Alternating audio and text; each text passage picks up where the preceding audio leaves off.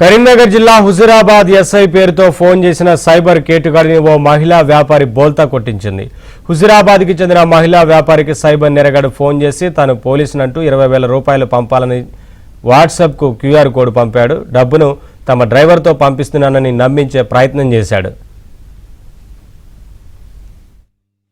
Hello మాట్లాడి intimation ఓకేనా. Hello hello hello madam good afternoon madam. Good afternoon. Shri Manjunatha cement shop iron shop hardware అమ్మా madam. అవును sir లేరా మేడం? నేను బయటకు వెళ్ళిందా. ఎప్పుడు వస్తారు మేడం సార్?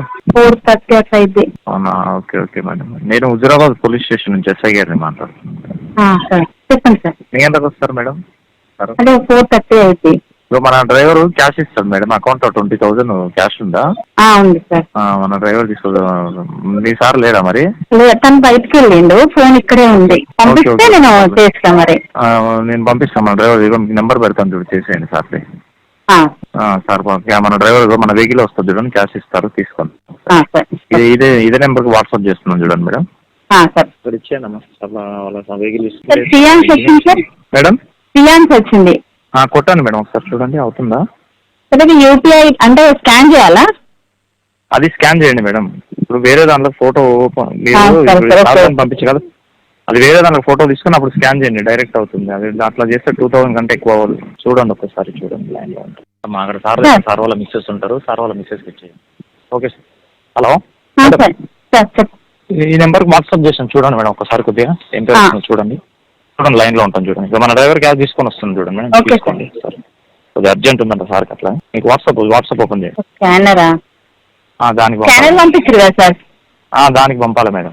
సరే సార్ చూడండి ఒక్కసారి, అర్జెంట్ అని. ఏం పేరు వస్తుంది మేడం ఒకసారి? ఒక నిమిషం సార్. మేడం హలో చెప్పండి సార్, ఒక నిమిషం. అవుతుందా మేడం? Hello అవుతులేదు sir. ఏమని వస్తుంది మేడం? అదే ఫియాన్స్ వస్తుంది.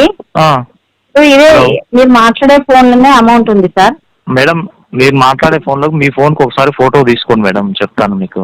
మీ దగ్గర ఏమైనా ఫోన్ ఉంటే మేము పంపిన స్కానర్ ఒకసారి ఫోటో తీసుకొని అప్పుడు స్కాన్ చేయండి మేడం ఒక్కసారి. నేను అలా చెప్తామనే లోపల మీరు కట్ చేసేస్తున్నారు ఫోన్. హలో సార్, పంపించుకున్నారా మేడం? అయితే 1 రూపీ చేస్తాను, వస్తుంది ఒకసారి రాసి చూడండి.